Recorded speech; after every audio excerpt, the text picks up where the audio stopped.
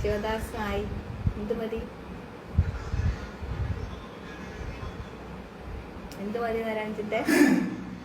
Rajan B Nair സുഖമാണ്. നാജിത്തി നല്ല അടിപൊളി കമ്മലാണ്. Thank you. രഞ്ജിത്ത് ഫുഡ്. നിങ്ങൾ കറണ്ട് ലൊക്കേഷൻ എവിടെയാണ്? കറണ്ട് ലൊക്കേഷൻ എന്തായിരുന്നു? ദേവു